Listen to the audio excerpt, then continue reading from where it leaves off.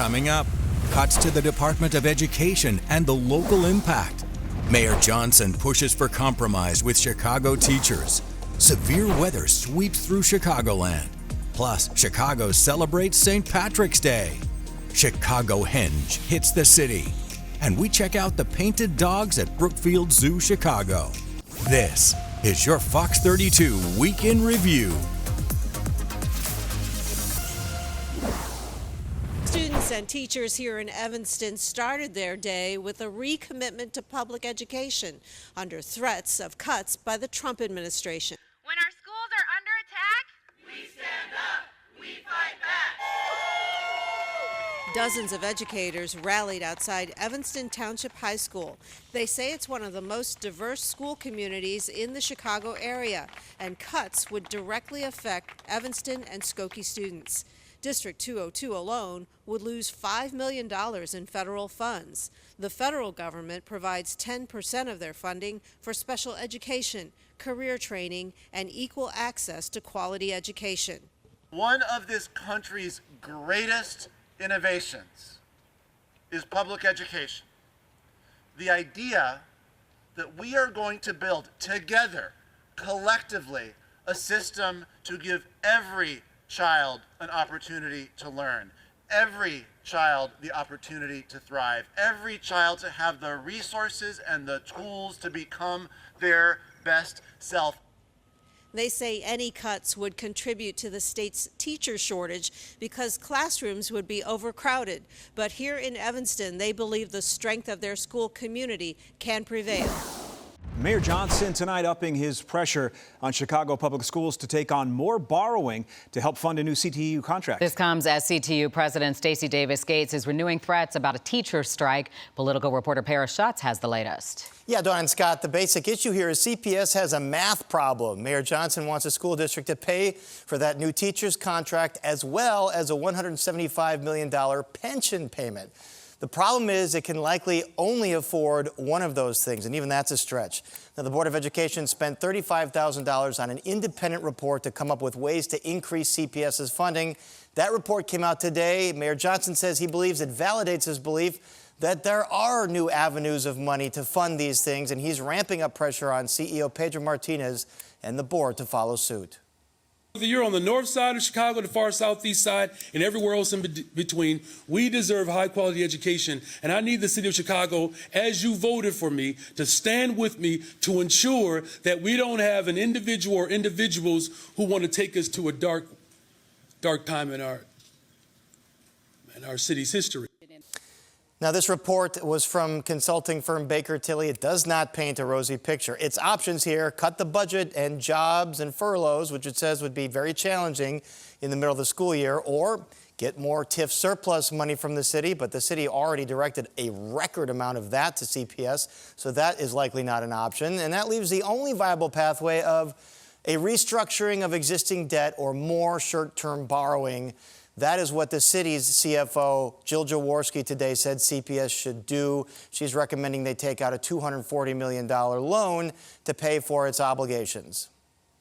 Both the pension and the CPS contract would be financially irresponsible. Our fiduciary duty is to the children and the families of Chicago Public Schools. This is not on us, it's on the city. And I would hope at the end of all this, we'll continue to be good stewards of the children of CPS and have a good relationship with the city. But this is not our obligation. That's board member Ellen Rosenfeld, who says she's a hard no on that new borrowing. Now, all this comes as contract talks are stalled. CTU President Stacey Davis Gates sent a letter saying, quote, "The union is attempting to provide stability and investment for classrooms. CPS needs to join us in that effort instead of choosing a path to protracted confrontation." And regarding that $175 million pension payment, the school district push that off onto the city. That has been practice in recent years. Candidate Brandon Johnson supported the city paying for that. Mayor Brandon Johnson did a 180, says, nope, the city should not pay for that. We have our own budget problems. CPS should pay for that, and it should take out this new loan to help get that done. That's right, and you could feel the temperature dropping this afternoon before that tornado warning was issued. Within minutes, high winds, heavy rain, and a wake of damage followed. Pop up very fast. In Will County, afternoon tornado sirens sent residents indoors as a path of damage was left behind. Downed trees and power lines shut down streets. Roofing was ripped away, and even a semi flipped over. On days like this, we take extra care to keep an eye on the weather. John Lukancic, the director of Joliet's Office of Emergency and Disaster Management, was keeping close watch on the radar and the potential for outages. But soon, a group of Joliet residents will also be trained to step in during emergencies, including tornadoes. We have a lot of people kind of keeping an eye on the skies. Right now, we're doing our CERT program, and we're going to be training them to be spotters. So our goal is to have spotters all over the place so we can get the information in as real-time a manner as possible. CERT stands for Community Emergency Response Team and consists of a multi-week course. So the CERT program is something new for Joliet, but it's been around since the 1980s in the United States. We do search and rescue for building collapse. We do weather spotting. As a tornado warning Wednesday was downgraded to a watch, damage reports started pouring in, including in the 800 block of Eunice Avenue, where Jim Stiegel's pickup truck went missing from his driveway. I run to the dining room. I look out the dining room window, and it's raining really hard. You can't hardly see. You see the trees going back and forth. So I said, wow. I called my friend and said, hey, let's go to the basement. Stiegel says once he took cover, it was quiet as a mouse. When he came back upstairs, he noticed his grill was no longer on his back patio. Then I look a little farther. I don't see my truck in the driveway. I look across the driveway, and there it is over on this side against my neighbor's tree. He called a tow truck to turn it right side up and is contacting his insurance company. Meanwhile, it wasn't the only truck that was overturned. In New Lenox, high winds took down a UPS semi with a double trailer near Cedar and Laraway, shutting down a portion of the roadway for hours until crews came to return it upright. And we are happy to report that there are no known injuries related to any of those incidents, including that UPS truck tipping over. Meanwhile, if you are a Joliet resident interested in learning more about the CERT program, we have details on our website. Definitely testing people's patience this morning. It is impacting both the inbound and outbound side of the Kennedy. Yes, it's the third and final phase of Kennedy construction that's been starting this morning. And we're on the northern end of the project. You can see those express lanes. They are now permanently directed outbound, and it's causing some trouble for the inbound side. Starting right off at the junction, you're going to hit traffic since the inbound side can't find relief in the express lanes that they typically use this time of morning. Right now, it's an hour and 30 minutes from O'Hare to downtown. Typically, this time of morning, on average, we see around an hour. I was able to talk about the staging that will kick off the project with IDOT. This is how they explained the timeline. We're going to start closing some lanes to do some staging work. And then each of the next 3 or 4 nights, depending if we get enough work done in the first 3 nights, they're going to stage about 1.5 miles to 2 miles each night.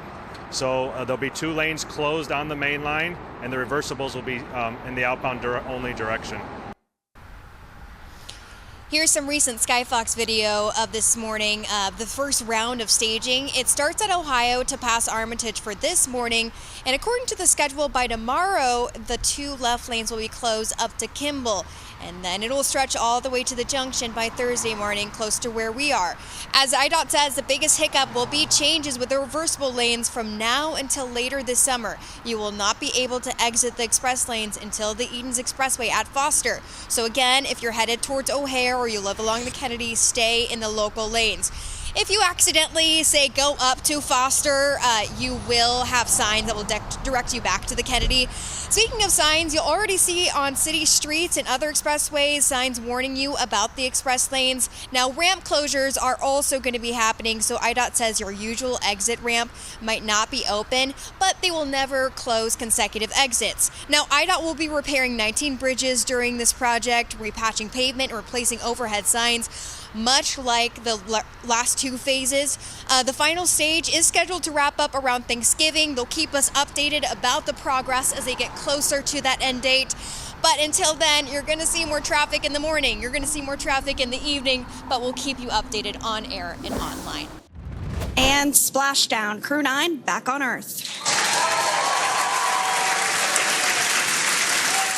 All eyes on that moment. The stranded astronauts are finally back on Earth. Thanks for joining us. I'm Scott Schneider. I'm Dawn Hasbrook. It was a long time coming, but today is the day Sunny Williams and Butch Wilmore are stuck in space no more. Terrence Lee is here with more from this exciting day. In just a day or so, they'll hug their families for the first time in more than 9 months. But right now, Sunny and Butch are focused on one thing, learning how to live on Earth again after 286 days in space. And here it is, the moment they exit the spacecraft with smiles, taking in the fresh air. Williams, Wilmore, and 2 other astronauts splashed down off the coast of Florida this afternoon. Their stay was only supposed to last a week, but when their Boeing Starliner malfunctioned June of last year, NASA had to find a new way to get them home. Now the hard part begins. Their bodies have changed. Muscles weaken, bones lose density, even digestion works differently. And for now, forget about a big homecoming meal. A biomedical engineer says their stomachs can't handle it. They can't just go and have a couple of Big Macs. Like, they're going to very slowly introduce nutrient-dense foods, things like butter and animal proteins at very small volumes. And then they're going to move on to more substantial things. The astronauts will next head to the Johnson Space Center in Houston, where NASA will help them rebuild their strength. Dawn. Thank you, Terrence. Another cool moment, a pod of dolphins spotted circling the Dragon capsule shortly after splashdown. Attorneys representing the victim say this case was all about drawing attention to the long-standing problems of sexual assault and harassment allegedly happening right here at Homewood Flossmoor High School that you see right behind me. The victim says that she missed out on walking across the stage for graduation and that her life has been forever altered. That's why she wanted to go public with sharing her story so that no one else would have to. And Jessica have chosen not to because they have seen themselves as voices of others that have been through this and will continue to go through this unless school districts like District 233 choose to break that cycle of violence. A $3.5 million settlement awarded to Jessica Johnson and her daughter, former Homewood Flossmoor student Amaya Blair. Blair says she was sexually assaulted during her first period theater class by another student here at the school back in 2022. Her attorneys claim the district received multiple reports. Wouldn't be here if there weren't a sexual assault. They wouldn't be paying $3.5 million if there weren't a sexual assault. This has everything to do with sexual assault. The fact that they can't acknowledge that just shows that they are unwilling to make changes. I'm not the only female that this has happened to. And that's a slap in the face to them too. It's just as much as it is to me. Now, the school district did send a letter in part that says the lawsuit was not about whether the female student was sexually assaulted. Quote, the assault allegations were investigated by law enforcement and no charges were filed by the Cook County State's Attorney's Office. That letter going on to say that the settlement does not admit any wrongdoing or fault by the school district or staff. Now, we also heard from the victim's mother, who says that she awaits the district to acknowledge publicly that her daughter was raped. Coming up, Irish dancers make for a great St. Patrick's Day.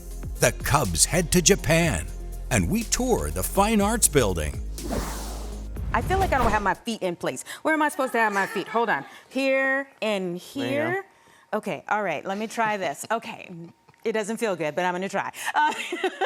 You can't celebrate St. Patrick's Day without some amazing Irish dancers. As you can see, we have plenty here. We're so excited to have dancers from O'Hare Irish Dance in Lake Bluff with us this morning. Thank you so much for bringing everybody, Michael. Of course. Thanks for having us. Absolutely. Michael Belvich here, an instructor at O'Hare Irish Dance, and he's also a two-time world champion, so you could show me a lot. Yeah, it was a long time ago, but we'll show you a little bit of something. It's okay. Is it like riding a bike? It can be. You know, like you never Every year lose gets a little bit harder, but on sure, St. Patrick's Day, it's life. easy.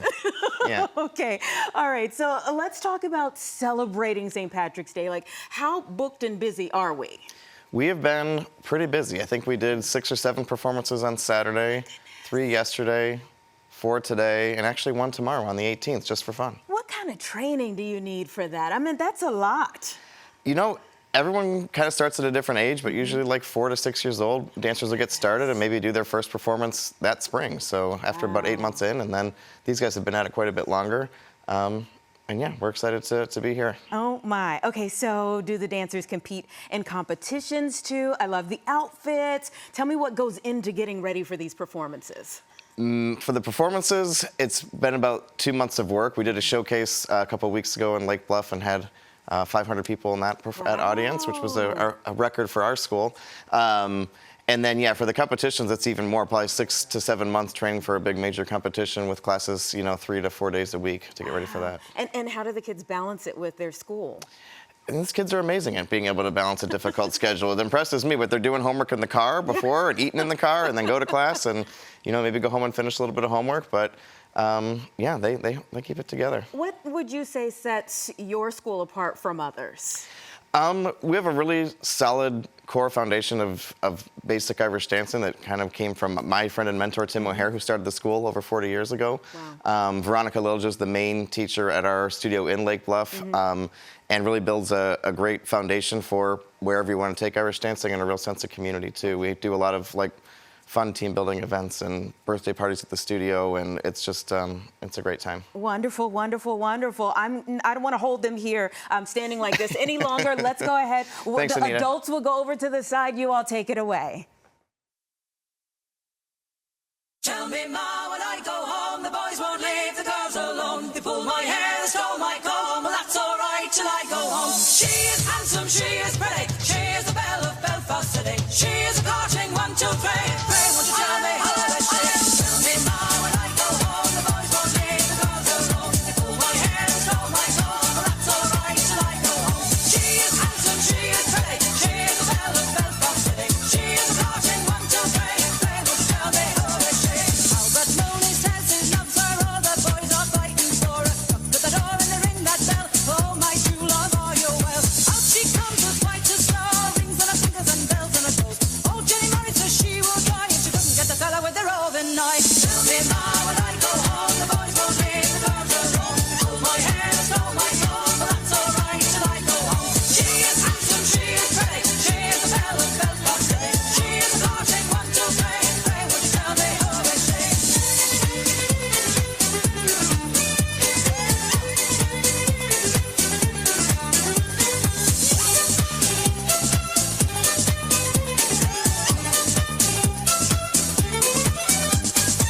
In the rain and the hair blow high and the snow come tumbling from the sky. She's as nice as apple pie and she'll get her all that by and by. When she gets a lad of her own, she won't tell him not till she comes home. Let them all come as they will for me. Amazing, amazing, amazing. What's the age range we have here? They're all out of breath, out of breath. 10 to 18. You all are absolutely amazing. We wish you the very best today and always, okay? It's already Tuesday in Tokyo, and in just a matter of hours, the Cubs will take on the LA Dodgers. Meanwhile, it will be an early start for diehard Cubs fans, as first pitch is at 5:10 tomorrow morning, our time. While the Tokyo Dome is expected to be a packed house, things will be much quieter here in Wrigleyville. The city's liquor license laws prohibit bars and restaurants from serving alcohol prior to 7 a.m. There will be a Cubs watch party at Harry Carey's in Rosemont. We're told alcohol won't be available to purchase until 8 a.m., but coffee and juice will be at the ready. Meantime, Wrigley's iconic marquee was a popular photo op for fans this afternoon, who share just how special it is for the Cubs to play overseas. It's like like a life dream to come here and see this. Like anybody that grew up watching baseball, like knows about Wrigley Field. So we all love coming here. We were taking pictures on our Uber on the way over. So it's super cool for us, especially from the South who are Braves fans, obviously, but like to come here is like monumental. This has always been an international game, and it's really exciting to see how we take America's pastime overseas. We see this in Latin America, but we're also seeing it in Asia as well, and we know how much talent is out there in Japan, and we see that with some of the all-stars that have come into the major leagues and even here in Chicago. So much fan participation in Japan when it comes to baseball. Like, they're so into baseball. Game 2 in the series will take place Wednesday, also at 5:10 in the morning. Meanwhile, things are just heating up here in Wrigleyville as we get the season started. The Cubs' home opener is scheduled for Friday, April 4th. And Chicago is full of beautiful architecture and historic buildings. We know this. Each one has a unique story to tell. Tonight, our photojournalists Ed Flynn and Todd Gartner explore the Fine Arts Building on South Michigan Avenue.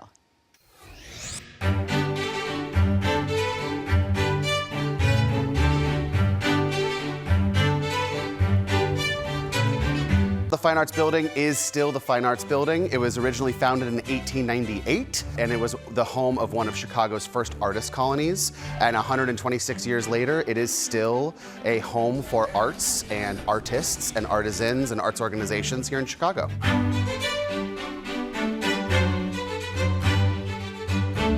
We're here in the Studebaker Theater, which has been recently renovated within the last couple of years and reopened after being mostly closed for a few decades. The building was originally constructed in 1885, and it was the Studebaker Carriage Assembly and Showroom. They built horse carriages in the building, and here in the Studebaker Theater, where we're standing right now, was the carriage showroom.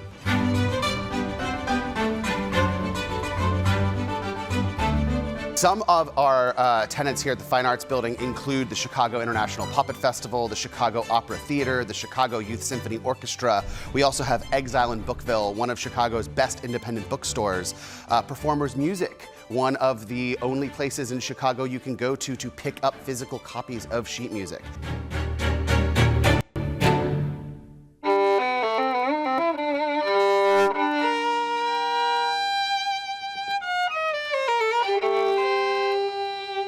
You're in Guadagnini Violin Shop. My name is Chen Yi Lu. Oh, this is a very fun, old, very cool building. Yeah, this is the humidifier room. So Chicago is so dry, so we have to put in the two humidifiers. This instrument. Some are very old instruments. This is like 1763 Niccolo Galliano.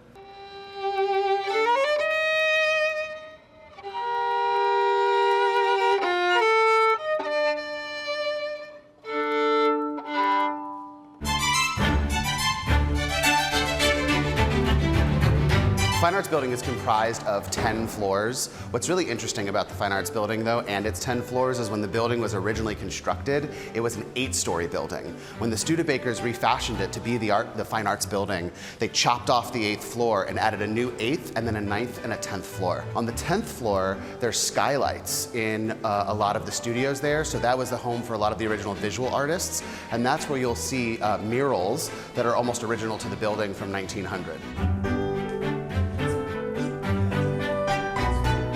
These murals are almost original to the building. They were commissioned by the Leyendecker brothers, Frank and J.C. Leyendecker.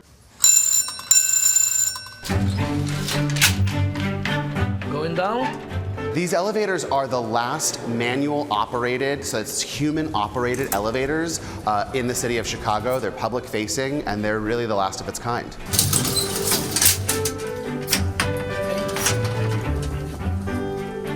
A manual elevator, as you probably can see it coming down here, there is a physical human operating the elevator. That's Vatsik, one of our oldest standing elevator operators. He's been operating these elevators here in the Fine Arts Building for close to 33 years. Hello, Vatsik. We're going to 10th floor, please. We believe that these elevators are virtually original to the building from 1885 when the Studebakers had their carriage assembly here, but most certainly from 1898 when the Fine Arts Building first opened as the Fine Arts Building. Thank you. there's a real sense of community found in that elevator. You know, the relationships built with the elevator operators and with the other artists in the building, finding each other and intersecting on those elevators. I have been riding this elevator since I'm probably 8 years old. I love them, and I also love the beautiful design. I saw that there's like metalwork and woodwork. It's all together. It's so beautiful. I think this is a glorious experience. Where else you can experience it? What experience? Human contact.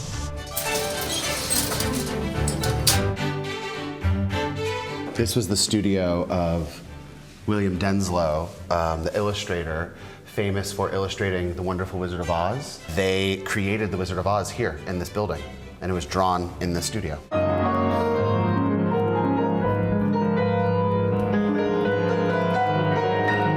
My name is Yulia Lipmanovich, and this is my studio, the Art of Piano Playing and Performing Arts, and I teach students of all ages and all levels.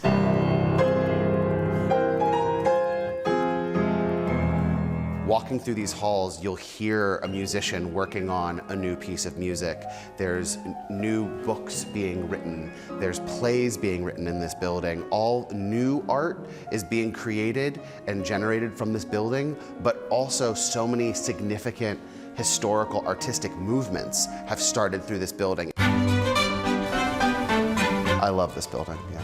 There's nothing else like it, and I've searched all over the country for something else like it. This building is dedicated to the arts and to artists. It is the truest intersection of all the art forms coming together, building community, and it's just so special.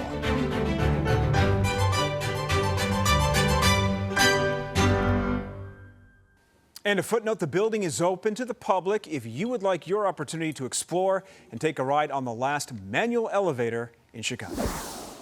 And this is more than just a shipwreck. The Western Reserve represented a new era of shipping. It was one of the first all-steel cargo ships. Experts called it unsinkable, but a summer storm proved them wrong. But for more than a century, no one knew where it went down. Now researchers have found it 600 feet below the surface. In August 1892, the Western Reserve sailed into Whitefish Bay. A storm hit fast and tore it apart. The hull snapped in half and sank in minutes. 27 people went into the water. Only one survived. Last July, a research team scanned the lake floor. Sonar picked up a strange image. A drone captured the first look in over a century. The ship sits intact, preserved by cold water. The Great Lakes help Chicago thrive, but they have always been dangerous. Ships still disappear in rough weather, even with modern technology. Ships back in the day, sometimes they were out in certain conditions that they shouldn't have been in. Anything that reduced visibility could cause collision. And sometimes those ships would hug the shoreline as well. And they might get into trouble if a storm brews up and they get, blown ashore, driven ashore. Well, this ship sank 20 years before the Titanic. Both used the same type of steel, and both may have failed for the same reason.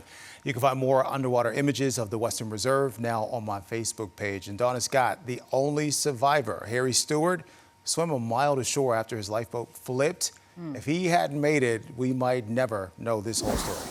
Coming up, the Chicago Henge phenomenon hits the city. A toast to Harry Carey. And a new club dedicated to the Grateful Dead. It has become a spring and a fall tradition here in Chicago, capturing the beauty of Chicago Henge. The sun lining up directly with Chicago streets, creating a picturesque moment. And photographers have a one-time resident to thank for our city's grid system. Anthony Ponce tells us all about him. Spring and fall, morning and night, twice a year, Mother Nature and human design join forces to create the spectacular phenomenon known as Chicago Henge.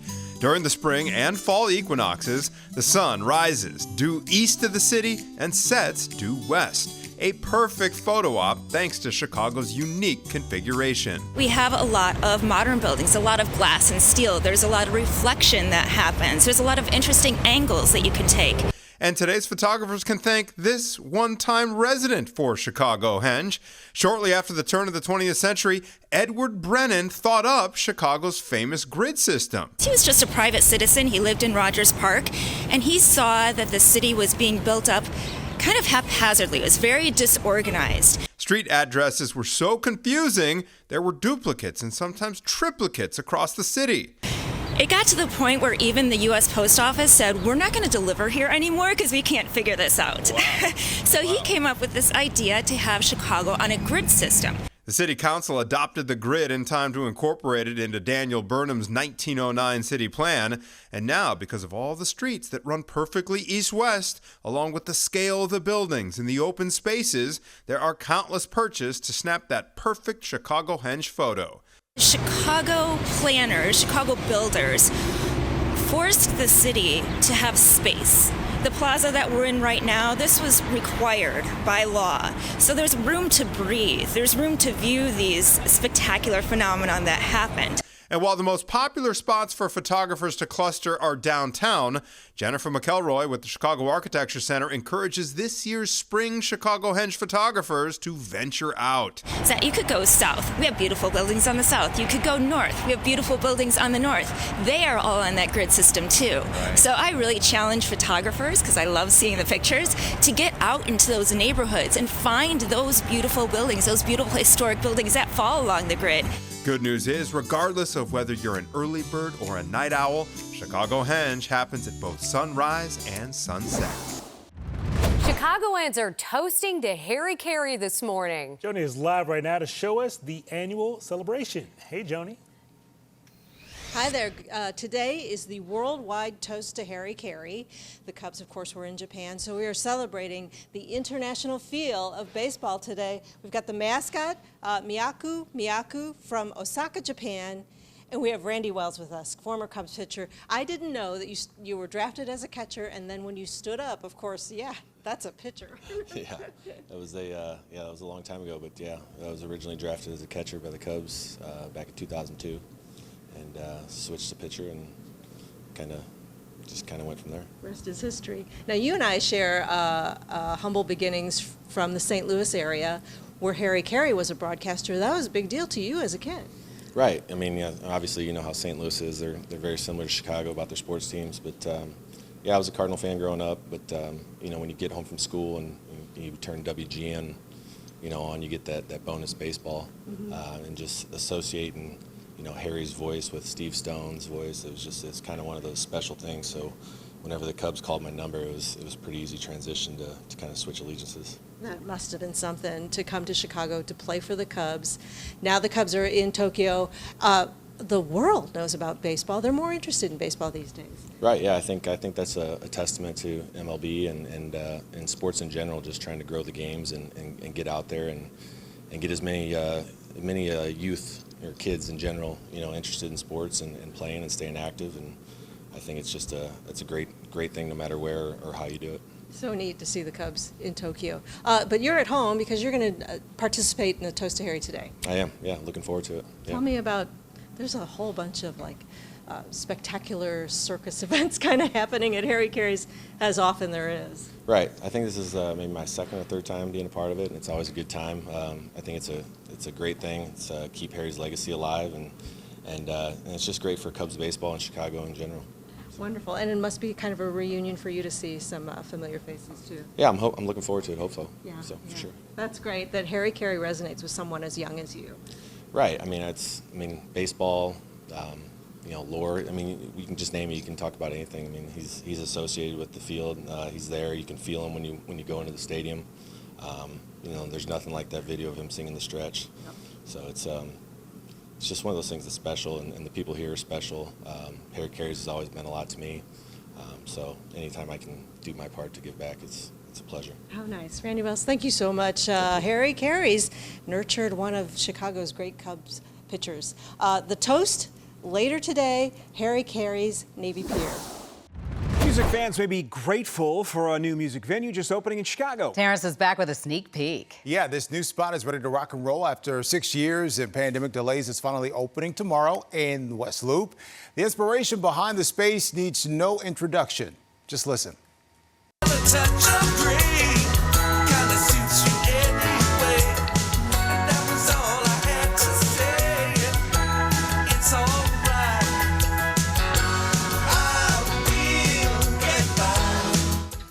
Tonight, we got by and got a first look inside Garcia's. The venue honors Jerry Garcia from the Grateful Dead. It's where Wishbone Restaurant used to be on West Washington Boulevard. Garcia's daughter says he dreamed of creating a place like this, but passed away before he could make it happen.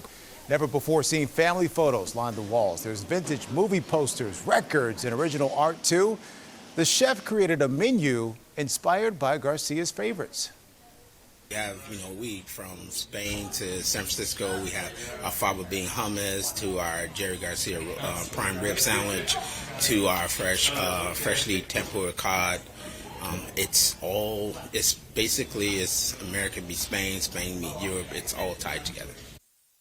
Garcia's is packed with shows until November. You can see the full lineup on fox32chicago.com. Tomorrow, Graham Lesh and friends will kick things off. He is the son of another Grateful Dead member, the late Phil Lesh. Scramble medium one time. You can find him in the kitchen most days. Do that because it'll make more of a harmonious kitchen. For 25 years, Chef Cliff Rome has been calling the shots under his parent company, Rome's Joy Catering, bringing joy to the masses around the city and at the University of Chicago. Right, so it's the same principle. The Inglewood native first took over the long-standing historic Parkway Ballroom in 2001 and created Blanc Art Gallery as well, before renovating the space into what is now called Parkway Social, a co-working space and membership club. So over 20 years, right? And we've been wildly successful at recreating kind of a space in the community that Black folks would come to, especially like in the 40s and 50s. This was the place. And then Chef Rome opened Peach's Restaurant blocks away on 46th and King Drive, which is now celebrating 10 years. And the Creole sauces for the salmon croquette. Food service provider Bon Appetit, which has more than 1,000 cafes in 33 states, heard about Chef Rome's work, and the rest, you could say, all right, sauce on the side, okay? Is gravy. We got a biscuit in the oven. They're the reason that we have one of our locations on campus. I think along with the dean over at the university, a story came about like, hey, listen, we have a space. Let's see how we can build more community relationships. Thanks to Bon Appetit, Peaches was selected to get space for a grab-and-go restaurant at U of C. And then Bon Appetit encouraged Chef Rome to think bigger, like Obama Presidential Center big. And so the bid was going to be who is going to be selected to be the food management company to run the totality of the operations.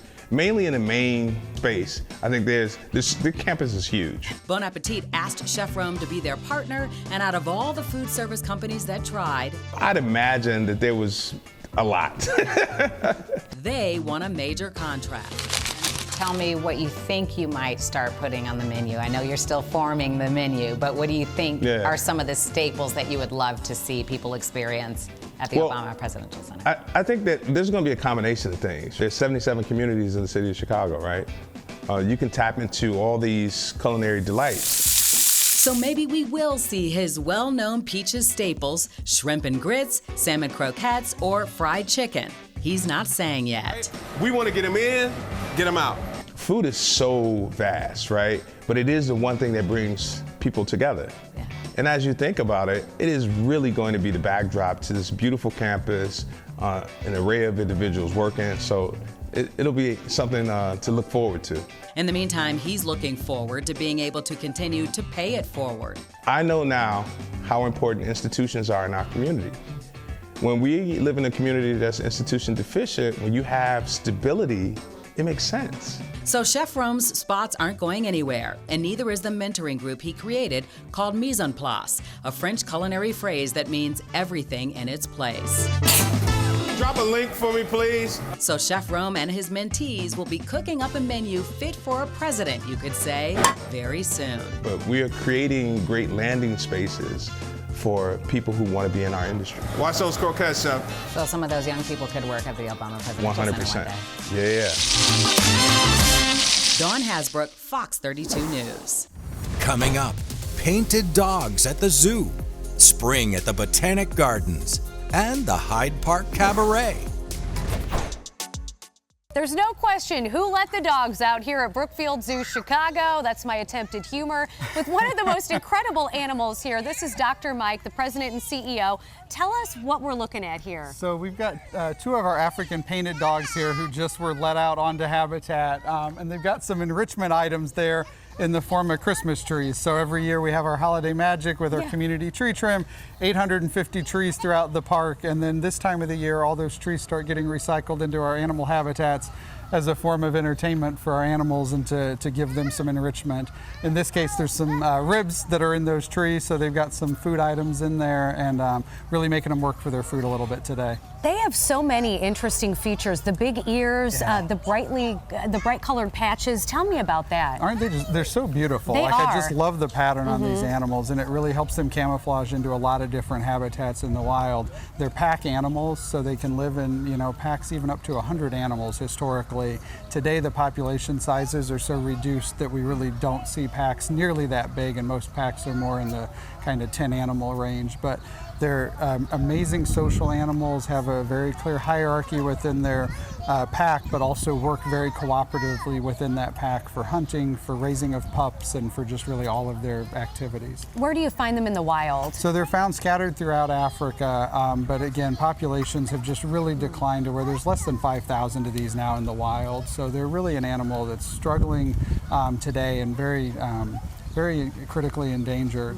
A lot of conservation work going in to protect them, to really try and protect their habitats, to diminish poaching and hunting activities against them, and then really they struggle just with having the appropriate habitat to really range throughout anymore. Now, I know that we've talked about Brookfield Zoo Chicago's efforts for conservation with the Mexican wolves. Yeah. Is a similar situation going on here where you're trying to get to the point where you release them into the wild? Yeah, so that would ultimately be the goal for sure, but right now there's just not enough habitat available to really do that kind of release program. But the zoos throughout the United States and throughout Europe, there are cooperative programs aimed at just maintaining this population that we have under human care in zoos. And so a lot of work going into making sure that we keep a robust and healthy population in zoos, with the hope that someday we will be able to support that type of reintroduction work. Well, come see the African painted dogs right here at Brookfield Zoo Chicago. Yeah, we're just so close to spring, and I'm really feeling it here at the Botanic Garden. Now, Mike Kaplan, he mentioned an orchid, the Cattleya orchid, and here it is, very fragrant. But so are a lot of the other orchids. I am with Jason. You are the horticulturist here, and you really put in most of the work with the designs. Tell me how you go through this whole process, especially with this event, Orchid Show India Blooms. Yeah, thanks. Well, there is a core group of people who are responsible for all the concepting, let's say, and then I'm the plant slice of the pie, you could say. And so I take everyone's ideas and implement them into what you see around you. Okay, well, you brought out a variety of beautiful plants to look at here. Oh, yeah. Let's go through a couple of them that you have on display during this this orchid show.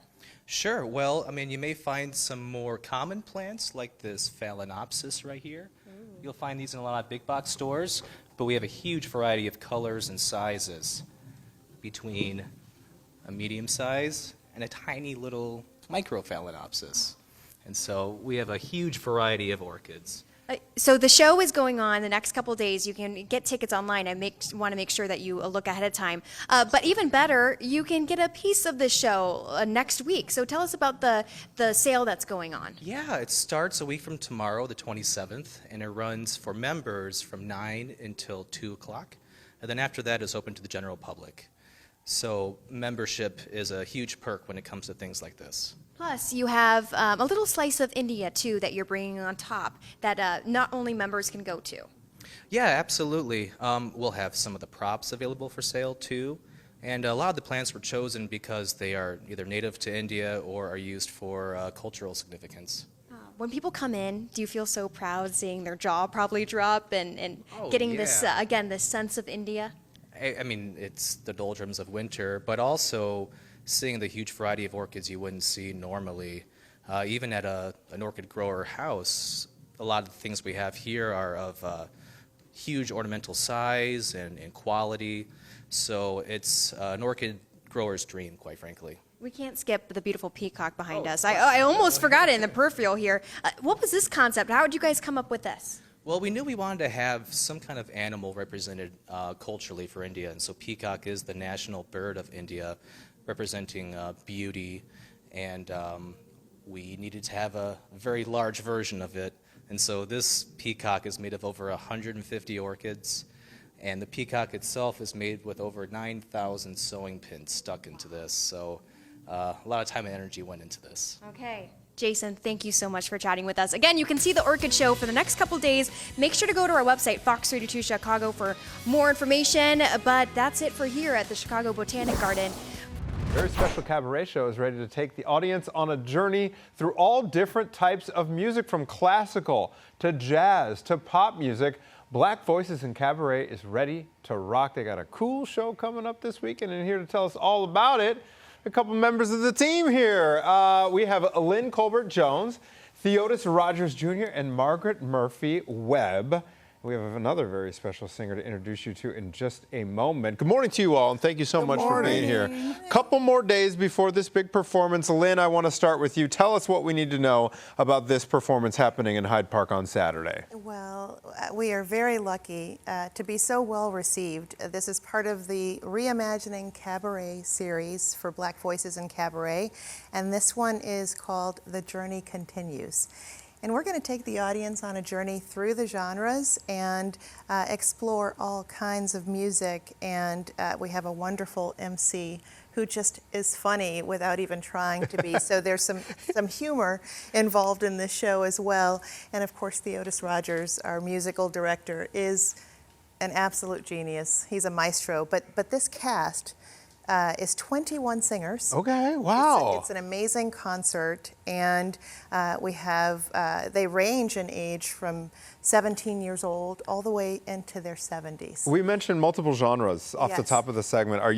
How's the structure? Are you taking us through the decades? Are you taking us through all kinds of genres? How does it work? How's it structured? Yes, so we're going to open with more formal music. We'll start with classical and opera, and we'll move into jazz, blues, pop, R&B, and funk. All right. And we'll close on a high note. Funk. Okay, so it gets from serious to a little crazier by the end. I love it. Serious to crazy, that's right. There's something for everybody, truly. Theodis is the musical director, and Theodis, cabaret is often associated with real intimate settings, one specific style of performance. How are you and your fellow bandmates, 21 singers she mentioned, going to kind of redefine what cabaret is? By giving them the best accompanist or accompanying that I possibly can. Okay. And then they're all seasoned musicians, so they'll be pulling on their expertise in all the different genres. I consider myself one that appreciates all styles of music. So, what makes you this particular cast special in your mind, Theodis? 21 singers, managing 21 people and getting the best out of them. But you know, it's always a joy to work with different styles and different musical temperaments. Margaret, you are going to be the MC on Saturday night. What impact do you hope this whole Reimagining Cabaret series has on the Chicago music scene? I think people need to realize that African Americans, our voices have touched every genre of music in America. We have transformed from classical to hip hop. We've transformed it. We added some swing. We added some funk. And it's just, I love that Lynn had this concept because it's showing that Black voices are in every, not just hip hop anymore, because you know that's what the focus is, but Black voices are in every genre of music, even country. Come on, Beyonce. Oh, that's right. That was a big topic of discussion this past year with the Cowboy Carter album. As promised, Lynn, I want you to run through everything people need to know about this show. There's 450 seats available in the theater. I know they're selling right now, but before we hand it over to Bobby to play us to break, what do you want folks to know about how they can get their hands on some tickets? I would love for everybody, even kids. We have ticketing that range from VIP to general admission to children and students. It's a show for everybody. You can go to blackvoicesandcabaret.org To purchase tickets, you can go to the Logan Center for Performing Arts website. That's a University of Chicago theater. You can purchase tickets there. And we are an initiative of Working in Concert. You can go to the workinginconcert.org website as well to purchase tickets. But we'd love to have you out with us on Saturday night, and we promise to show you a good time. Reimagining Cabaret, thank you all so much. And Thank without you. further ado, I am going to send it over to Bobby Wilson.